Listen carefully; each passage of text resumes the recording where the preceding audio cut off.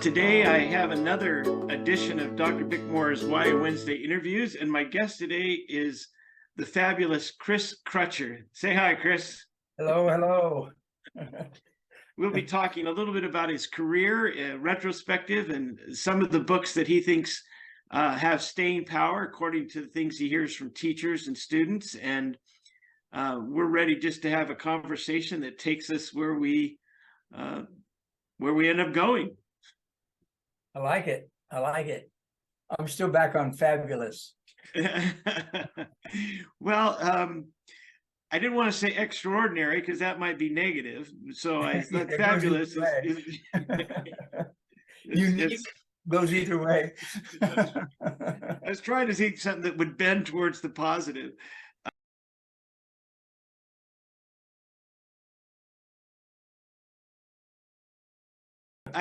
I would like to maybe start something a little different when we chatted. I had the opportunity at NCTE and Allen this year to spend a little bit of time with Gary Salvner and some of the other folks at Youngstown State's English Festival, and you're kind of a fixture there. And I wonder if you might talk a little bit about your experiences with Youngstown and talking to that many kids over a 2 or 3 day period. And I think you've done it every 5 years since they started, so maybe 8 or 9 times, right? Yeah, I am the icon. When they can't get anybody else. It's been a real ride with them because they started this thing back in in the 80s, I think was the first time I did it. And it's a writing conference for kids all over Ohio, from all these small towns. I mean, some of these kids get up at like 2 o'clock in the morning, get on the bus, and they come. And there's over a 3 day period, you talk to more than 3,000 kids, and there's a day of high school kids and 2 days of middle school kids, and sometimes that changes a little bit, but they cover all areas of writing. They have people who write for magazines. They have bloggers. They have journalists, where at one point or another the artist or the author, the visiting author, goes in and then is interviewed by these teams of journalists, and then they all have to write write up a news story. Yeah. And there's a journalist there that's got chops, helping them out. And then it's a contest, and but it's one of the things that I like about it is that when you get to the place where the kids are getting awards for the things they've written and for some of the contests and things they've won, kids get to walk across the stage that never get to walk across the stage. Right. And they get cheered like they just shot the winning shot of a basketball game. Yeah. I mean, this thing rocks. And my experience with it is everybody setting this thing up really, really cares about handing down the whole writing experience and the expressive experience and all of those kinds of things. And they have music to it. They have it all. They just keep it going.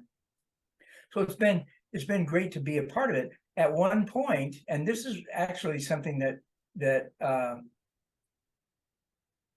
an experience that I had that I really liked having. There's a pretty conservative Catholic diocese there, and the first 2 or 3 times that I was invited, they threatened not to come if I was going to come because there were things in some of my books they didn't like.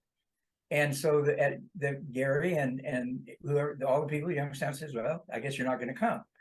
And so they came anyway.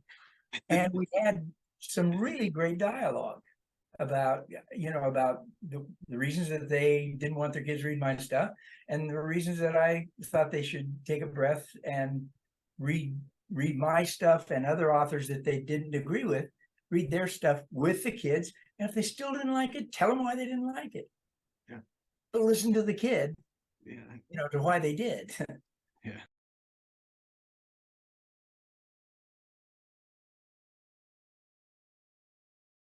I know that there are a lot of people that would love to see a new novel by you, but you're working on another project right now. Do you want to talk about what your current project is so that if this gets out in the world, people will know you're still alive, you're still swimming, you're still trying to make your way through the world?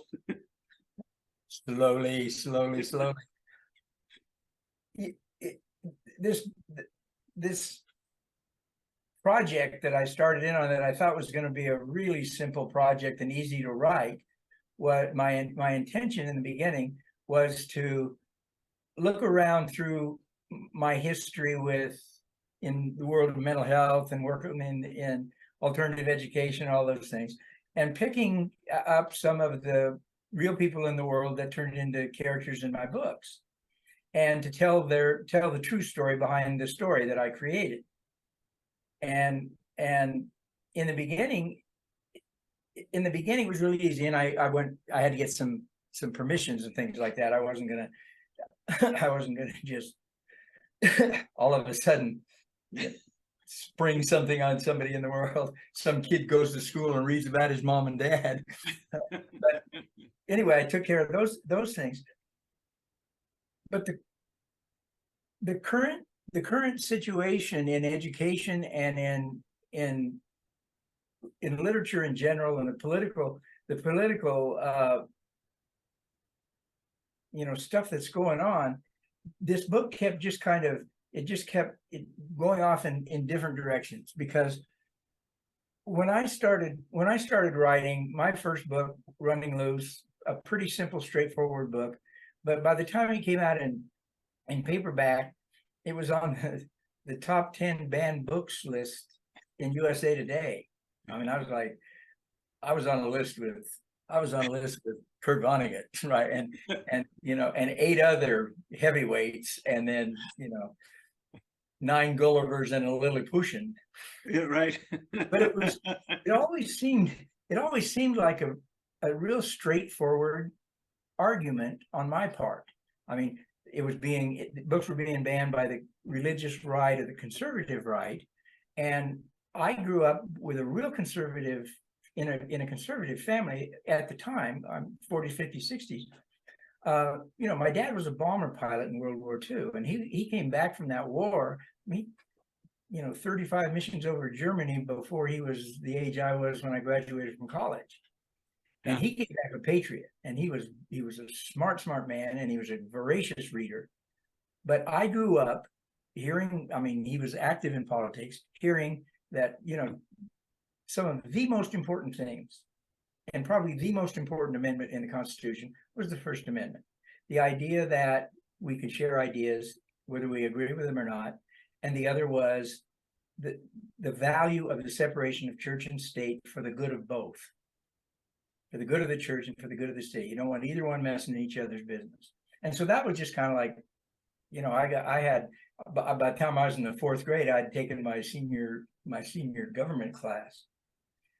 So when this banning came up, it was really easy for me. Number one, I just bring in the memory of my war pilot dad, and just what conservative really meant. The fact that the word conservative comes from the same root word as conservation. Right.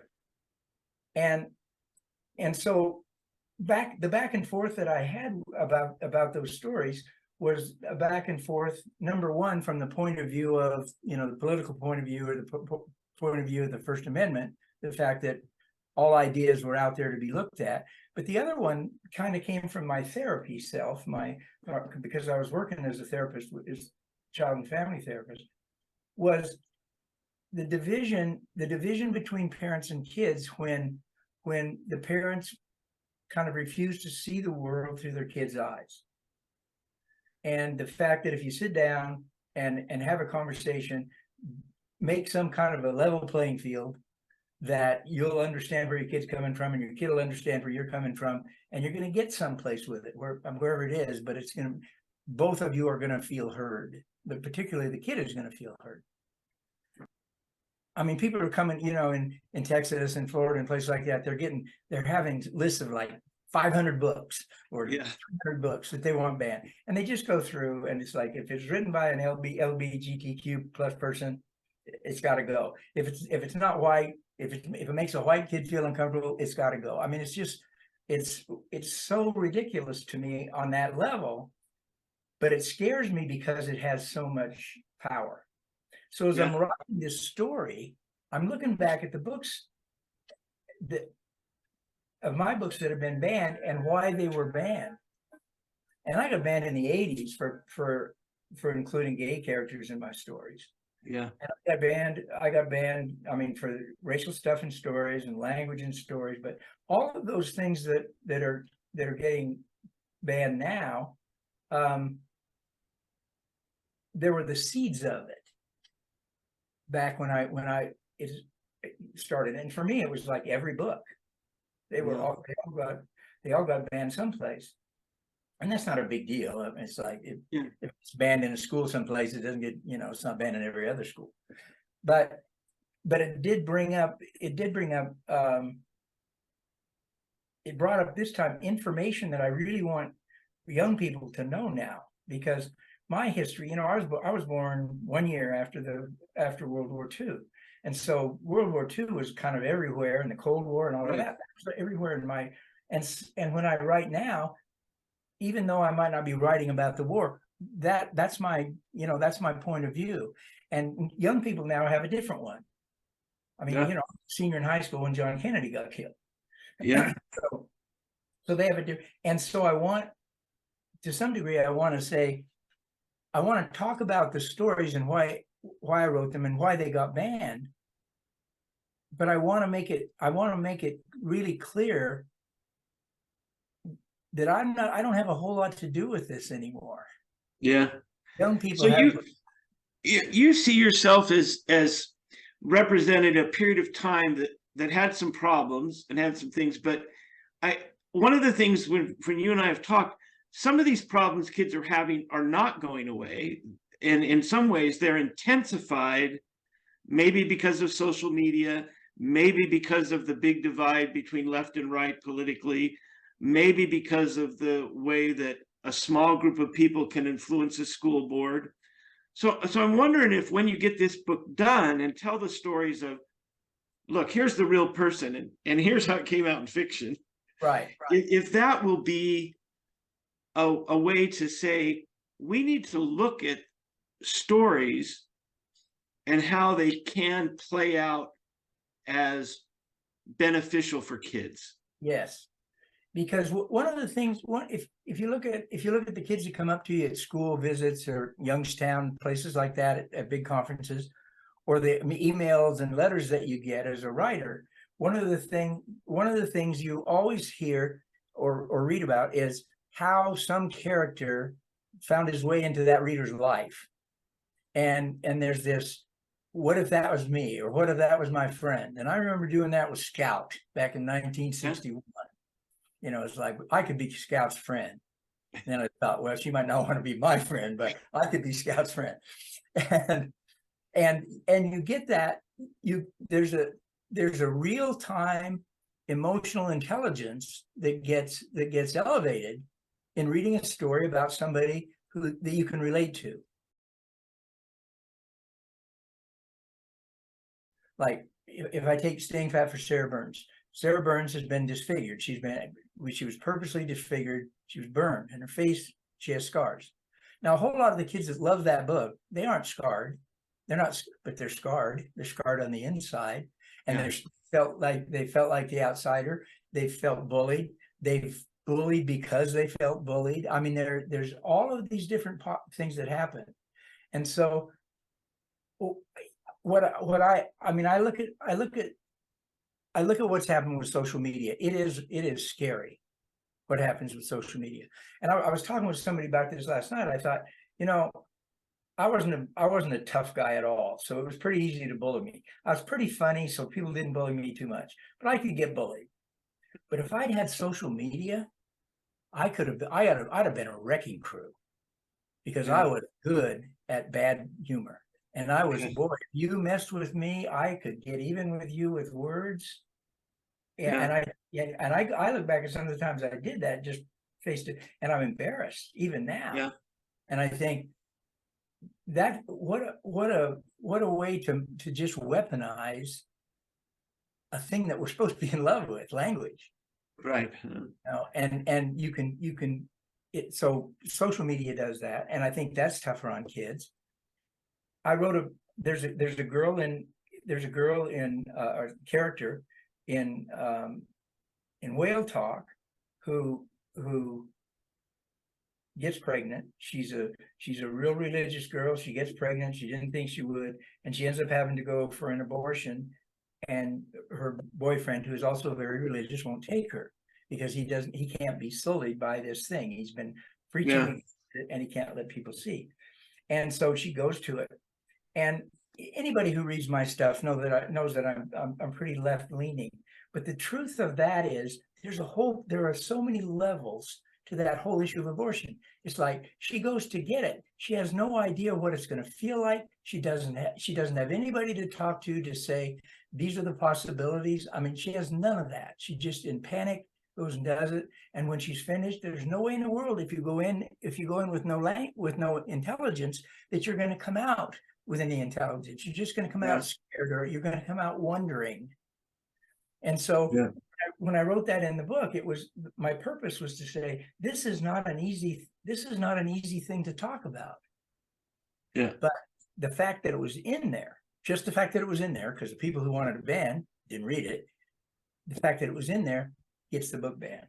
Yeah. But then I look back at it now and I think, boy, this is some of the things that I did for, maybe not the first time, but was one of the first people to do, are being done all the time right now. I mean, there's some really brave writers out there. Yeah, and I think that you're clearly a front runner in some of these issues that didn't back down and would kind of write from a point of view that because I always see you as somebody who, in your life experience, you're working with kids and you say kids really have a range of problems and they need to talk about it, and then your fiction does that. So I think when people want to critique young adult literature or any literature, it doesn't have to be young adult, that wants to present a realistic picture of the world, it's not necessarily to promote that problem or make light of that problem. It's a format to figure out how we can talk about that problem more openly so that kids have better choices. Right. I think. And from the point of view of from the parenting point of view, boy, as a teacher, a therapist, or any of the career kinds of things that I did, I always felt like I had a successful day or a successful week or whatever when a kid walked away feeling empowered, feeling heard. Because if you feel empowered, if you feel like you can influence what happens next, you're less likely to be depressed, you're less likely to be suicidal, all those things. It's like, if I've got some power. So if my parent sits down and we read the book together, and I don't care if I love getting I love getting a letter from a kid who says, I hated this story. I always write them back and I said, well, man, you stayed with it too long. You should close it and go got a good book, because there's a whole bunch of really good books out there. But I want to hear that, and I want to hear why. Because I know that if I come to a school and I'm talking to an auditorium, there's some kids in there that didn't even. I walked into an auditorium one time, and as I'm walking by, I heard somebody say, "We're supposed to be hearing a young adult author," and I walked in and I heard this kid say, "He's not a young adult." I had no idea what we were talking about. But you want those. There are going to be kids in there that aren't interested, and there are going to be kids that, and you want to hear it.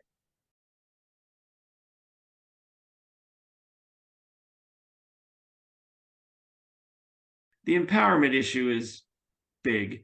If kids feel heard, even as a teacher, I can remember, a parent telling me a girl that was troubled. I knew she was troubled, and I was just trying to make a space for her. And at parent-teacher conference, the parent said, she's really the only class she goes to voluntarily.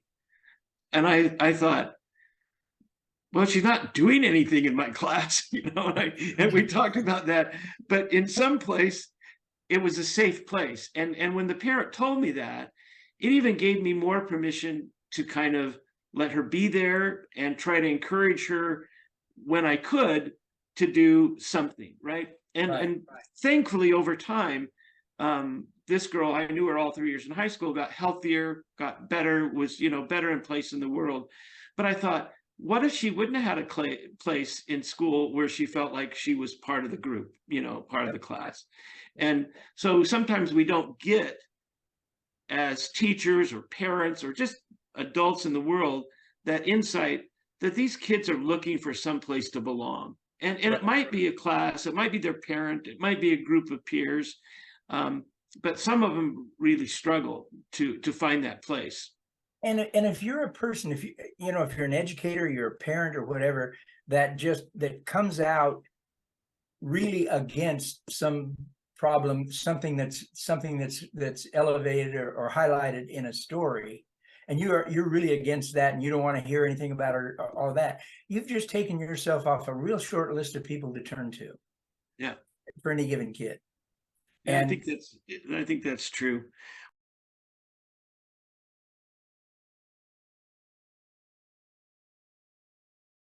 Well, what about if you were to pick one book that you said, okay, you have 10 minutes, you can talk about one of your books and what impact you think it's had. What are you going to choose? I'd probably choose Whale Talk.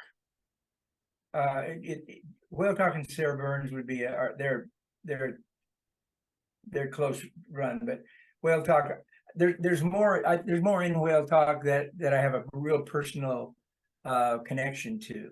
Not much more, but that's probably the one. And it's, I think, a little more expansive book about looking at personal problems, but also looking at kind of social problems. There's I live real close to where a neo-Nazi camp was for like 30 years, right? Yeah. And so a lot of the racial stuff that I saw way back then has just elevated and become mechanized. Is it the book that you still get more letters about, that stays read, and are you worried about being irrelevant? No, I'm way past that. The thing is, I was irrelevant when I started, so anything that happened between now and then was a bonus, huh? Yeah, a bonus. And those two books, Sarah Byrnes and Whale Talk, and Deadline, actually, this has become true of Deadline.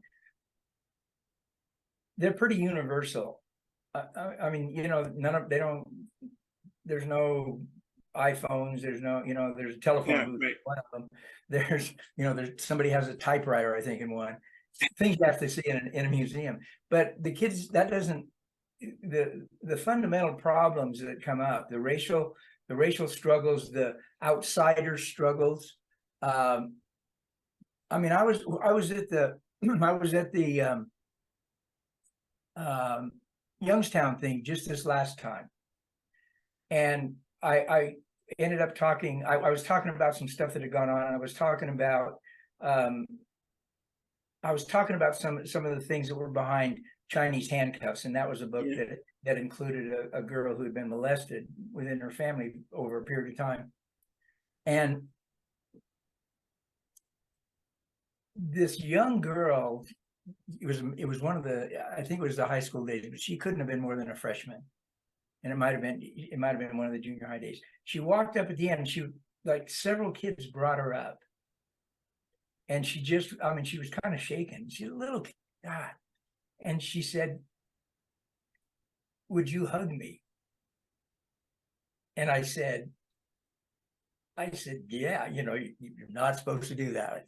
Hell if I'm not." Yes, I can. I hugged her. And I let go, and she said, "Now I can breathe." And it was because I told